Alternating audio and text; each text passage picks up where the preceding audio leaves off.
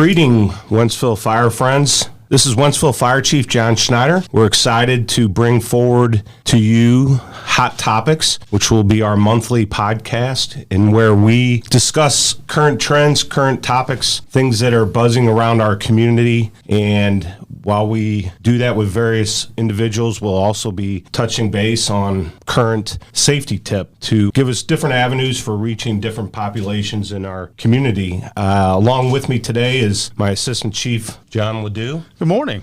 I'm really excited to be here and looking forward to this new adventure. And also, we're very excited to break him away from his busy schedule at City Hall. Our inaugural guest is Mayor Nick Guccione of the City of Wentzville. Welcome, Mayor. Thank you. Thank you for having me today. Yeah, Look forward to it. we appreciate your time. Thank you. So let's talk about what's going on in the City of Wentzville. Well, Wentzville's a growing community. We have a lot of growth issues and transportation projects we're working on. We've got approximately $72 million that's budgeted and funded over the next 5 years for transportation. So trying to stay ahead of that, the growth area. We're still the fastest growing city in the state. Just always going to be issues, Sure. So when you say $75 million, is that mainly going to be the I-70 corridor stuff, or? No, that's going to be the Dave Hochul Parkway, Phase 2D, okay. Highway Z, the south extension of the Parkway, other improvements like West Meyer that's being approved. It's almost completed. So those types of projects. I know we've had some talks with the state. It just seems like Z, like you said, Z, the Parkway, 4061 crossover. There is so much going on out there. The train, everybody knows the train issue. So right. Well, that's going to be done too. That's MoDOT's. I think it was pushed back a couple of months, but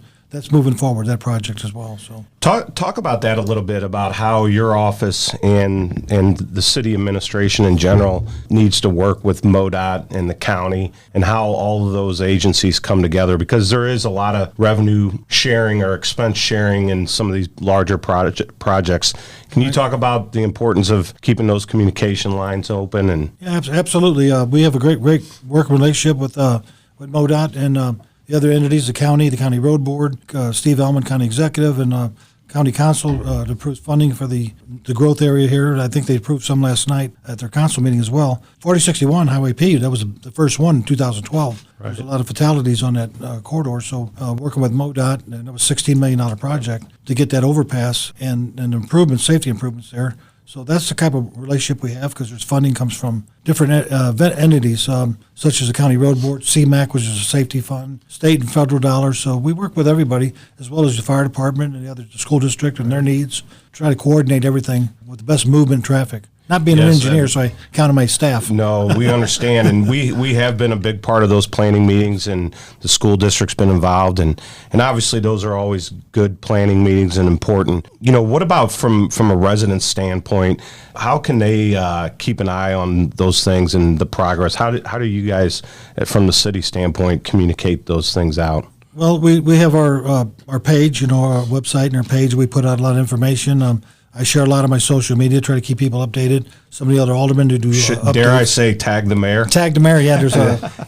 There's all these different sites. 411, probably the biggest one that I get tagged on a lot. But so talk about that a little bit, because you are there. You do get complimented a lot about how responsive you are on social media. Can you talk about how important that is to you and your job? It's very important. Sometimes it gets frustrating because you can't give people the answers they want, but you got to be honest and give them the answers that they need to hear, the truth, the facts, and whatever. Facts as you know them as they are presented. Things change as things go along, but and social media moves quickly. It moves very quickly. So my commitment was always to be responsive to my citizens, whether they like the answer or not, but to get back with them as quick as I can and give them the answer so that they can spread that answer, and then I won't get tagged by somebody else, because now they just, hey, I just heard from the mayor and he just told me this was going on. So there's all kind of avenues that we have. You could go on a website.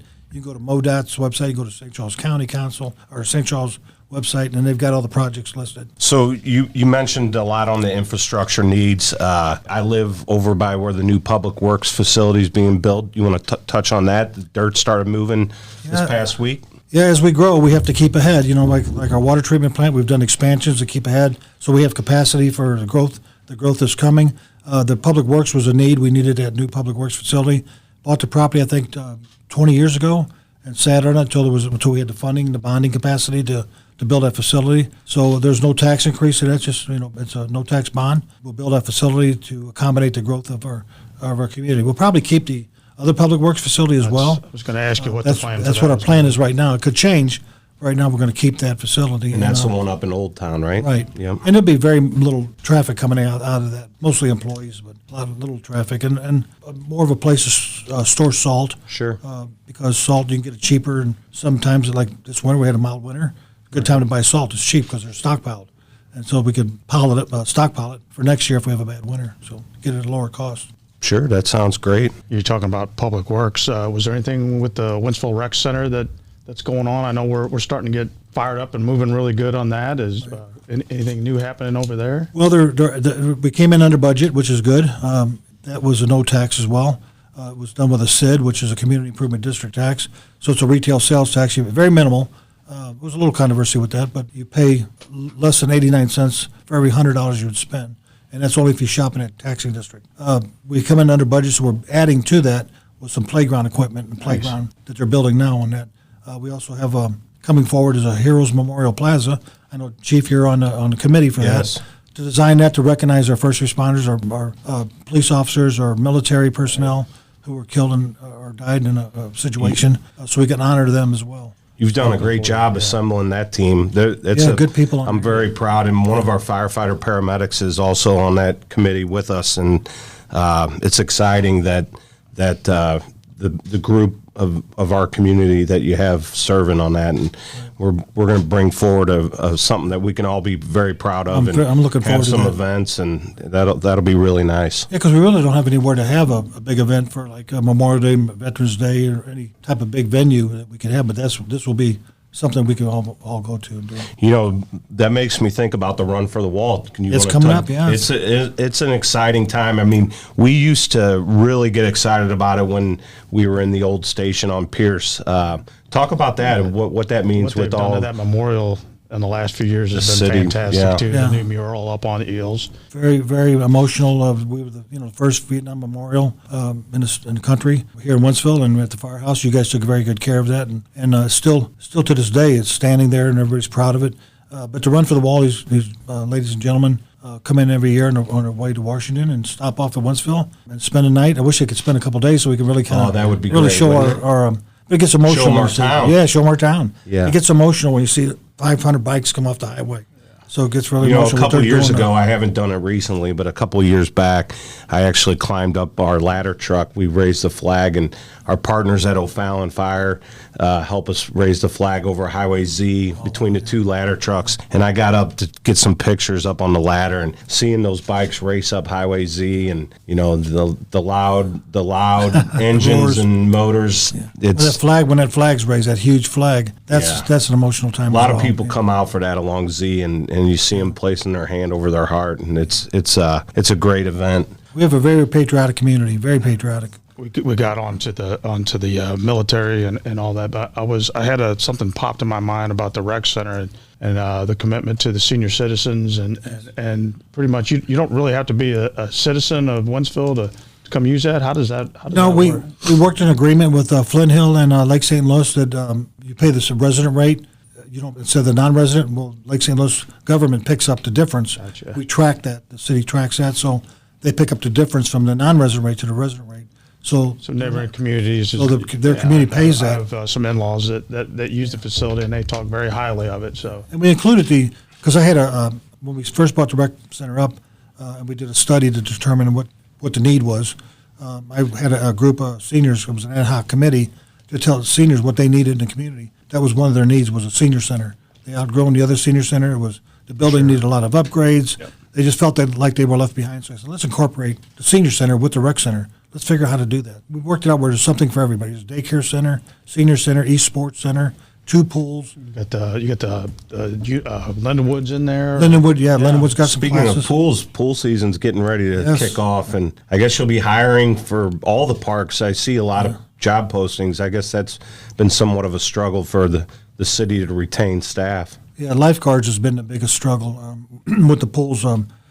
But as schools get out, maybe we'll have better success at recruiting some lifeguards. But our pools are going to be open here shortly, and hours of operations based on if we have lifeguards. We have to have lifeguards. And Sure. So that's going to be a need that we're really focusing on. So you talked a lot about infrastructure and the rec center and the public works facility. I'm assuming with an organization the size of the city that you have strategic planning sessions with your senior staff and the board of aldermen and yourself.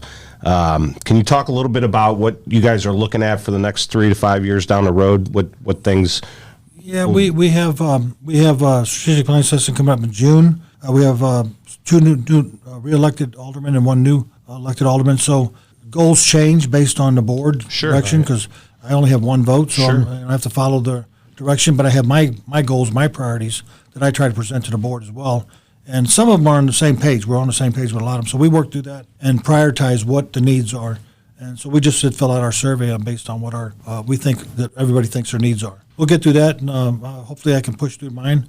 Mine's always going to be public safety. It's my number 1, and transportation projects. Talk about public safety a little bit. I know a lot of people may not realize that we share the name Wentzville Fire Protection District, but we are an independent agency of the city. But you and I communicate, our boards communicate. We're at a lot of similar events, and it's good to have a good working relationship with you, and we appreciate that, along with your full board and city administration. But talk a little bit about your police department. They're a great group of people. We work with them a lot. We do tabletop exercises and emergency planning. Can you talk a little bit about that? Yeah, I'm very proud of each and every one of our police officers. I think they've done a great job keeping our community safe, and you guys as well, and that partnership and working relationship and respect for one another to try to work through issues. You guys communicate with our staff, and they keep us updated. So, yeah, we have a great relationship, and I'm very proud of where our city's at right now. We don't have a lot of big crimes. It's little stuff. You guys have probably the biggest issues when we have fires or barbecue fires or whatever. People put their ashes in the trash cans. I mean, we're going to talk about that in a minute. But I've seen some of that crazy stuff. I don't need to do that. Don't get ahead of yourself. But we appreciate what you guys do because you guys are out there with your programs that you do for Coach for Kids. Community outreach. Community outreach as well. And so does the Blue Line family and just all the organizations. Well, I can tell you as a resident and as the fire chief and driving around town at all hours of the day and night and weekends, your police officers are highly visible, and that definitely, in speaking with my neighbors, we have an active neighborhood group, and they love seeing the police officers come through the neighborhood and stop and chat with the kids, and kudos to those guys and Jake Schmidt and the outreach that they do is really good. And Chief West and I talk on a regular basis, and we have a great relationship with those guys. So thank you for that. Thank you for what you guys do. And it's not easy nowadays because police are having a hard time at recruiting officers. I always say we don't pay them enough. We don't pay our officers. We do. We just increased their pay tremendously, and I think that helps. But it's never enough for what they do, and you guys as well. How is the staffing right now? Are you right now we're at 100%. Where you need to be. Very good. But we've had a lot of officers kind of retire. So bringing in new people. I think a lot probably of don't know half of them anymore. A lot of public safety agencies are facing turnover, and whether it's people getting out of the line of work, they didn't think it was, didn't think it was going to be the way it is, or just we're getting to the points where you're seeing people put in 25, 30 years, and it's time to move on to their next best life. And I agree with going back to what you said. Wentzville Fire Protection District is separate from the city. It's separate entity, and as well as the school district. Because I'll get calls about the school and this and that. And that's out of my lane. That's not in my lane. But we do work together and communicate. So yeah, absolutely. I think the fact that you're 100% staffed just speaks volumes. Yeah, it does. For the leadership that you guys are doing and what's going on with the PD. So we really appreciate the help and support that you guys help us with when we're out on the road. So thank you. Can you talk a little bit about, I mentioned GM and some of the emergency preparedness plans that we work on with you all. We also have the ambulance district that we collaborate with, the school district on certain drills. Talk a little bit about what we do, whether it's through an app or our social media channels, when severe weather approaches, and what we're looking for and what we do to prepare for that. Yeah, and GM's one of our biggest employers, and we have a great relationship with them as well. I know you guys do keep them abreast of things, but you have a new app that came out. I've got that app. It's a very good app to follow safety concerns, weather patterns, different things like that. So, yeah, you guys are always ahead of the curve, and I use that information to put on my page, just spread it to the community about what. And some It's people great, say and it's all about speed. You know? Yeah, absolutely, And, and be prepared. It took a little bit of a learning curve for us. We're trying to encourage more people to get on it, but it's one of those things that the professionals will tell you, like, don't post everything, don't post all the time. Use it for true needs of communicating important information. So that's something, a little bit of a learning curve that we're doing in-house. But we try to pick things up from the city and reshare. And I know we communicate with your communications team, and that's all part of the big thing of working together and making sure that at the end of the day, our people, our stakeholders, our residents, our business owners are taken care of and protected and aware of their surroundings and what's happening. I encourage everybody to get that app and get on it and kind of follow it. A lot of good information on there. No, that's great. It's a kind of reminder. Sometimes you get complacent and you lose focus at different things. So Sure. Just to kind of keep you updated and remind you of things going on. So how is Miss Sandy? Oh, my wife's doing good. Yeah, Yeah. She's my strongest and best friend. I tell you, she supports me and everything, and she's great. stays out of the politics. She says, "Hey, did you see they tagged you in this?" I'm like, "Yeah, I'll get to it. I'm on Well, my." I had to throw a little shout out to her because we've met several times over the years at different events, whether it's a gala or a fundraiser, or even when we're judging Christmas lights in some of the subdivisions. She's always a joy to be around. So please pass that on to her. What else would you want our people to know about you in the city before we wrap it up? Well, that I'm always available. My office is open, 24/7. You get a hold of me. I'm easy to get a hold of. But there's some things out of my control. We're a fourth-class city. The Board of Aldermen has the ultimate vote. I'm the executive branch of government. So when they make a decision, I have to implement the decision they make, and it becomes law. So I have to. That's my job, is to kind of oversee the budget, oversee the day-to-day operations. But I have great people, great city administrator, great people working for me. It's not an easy job. You can't make everybody happy.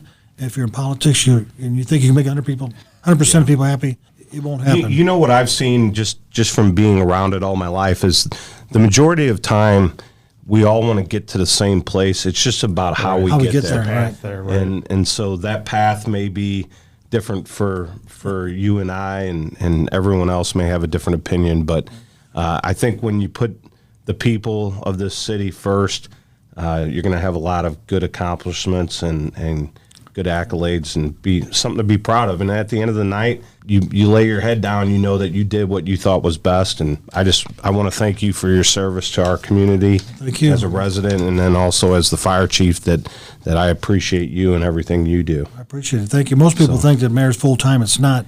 Yeah. I put full-time. I'm the only mayor that's been in Wentzville that has put in 60 hours a week. Yeah. And it's considered part-time, but There's no I doubt. get tagged at 10 o'clock, 11 o'clock at night, and I'll answer questions. I see you on that phone 24/7, and then also I know you spend a few hours at City Hall every day checking in. I see your car through town all the time. And I drive around the neighborhoods and look for Yep. concerns. If I see people, I talk to them about what they like, what they don't like, what I can do better as mayor. I want to hear from people. It's good to help me improve myself as well and educate myself. Well, Mayor, on behalf of John and I and our fire district, I want to thank you for being on today, and we appreciate everything. We're going to move into our safety topic of the month.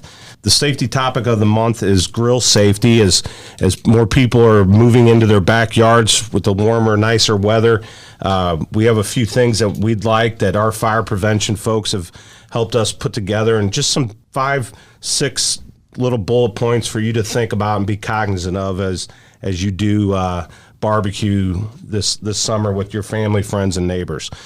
First up would be keeping your grill in a safe location. We want to make sure that you're not closer than 10 feet away from your house. We've ran so many fires where a grill catches the vinyl siding or wood structure on the side of a house, garage, what have you.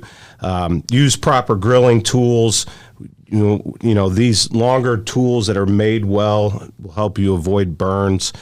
Check for gas leaks. Make sure your fittings and your connections throughout your grill and your propane tank are tight and not cross-threaded, where something could leak and gas could build up and ignite. Keep a fire extinguisher nearby. I know sometimes people don't think about this, but it's a good idea to have an all-purpose extinguisher that you can get at any of your major big box stores. And that's always good in case a small fire would take place. You could attempt to hold it in check or extinguish. The last thing is never leave your grill unattended. I know that life is busy. Kids get going in the backyard and you may be distracted, but with the proximity of your house and your neighbors, it's never a good idea to leave it unattended, especially with young kids and pets around. They could get harmed or burned. So it's always a good thing to keep an eye on your grill and stay in the immediate area. With that, we'd like to thank everyone for listening. And John, do you have anything before we wrap up? No, I had a good time and look forward to doing this in the future. It was awesome to have the mayor in here.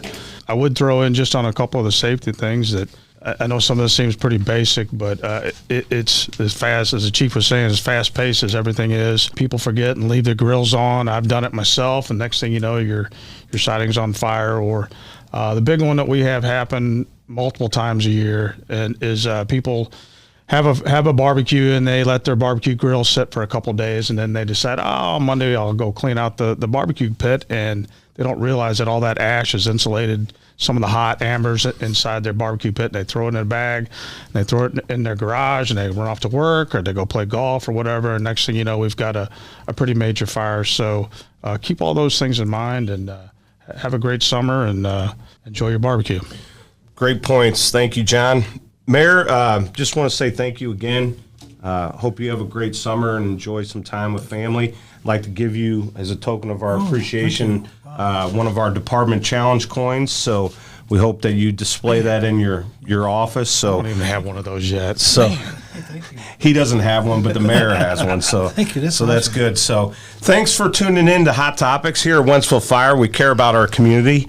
So we have committed to staying connected through Facebook, Instagram, LinkedIn, and Twitter. Follow us for up-to-date info about all things fire safety related. #Wentzville Fire because we care. Have a great day.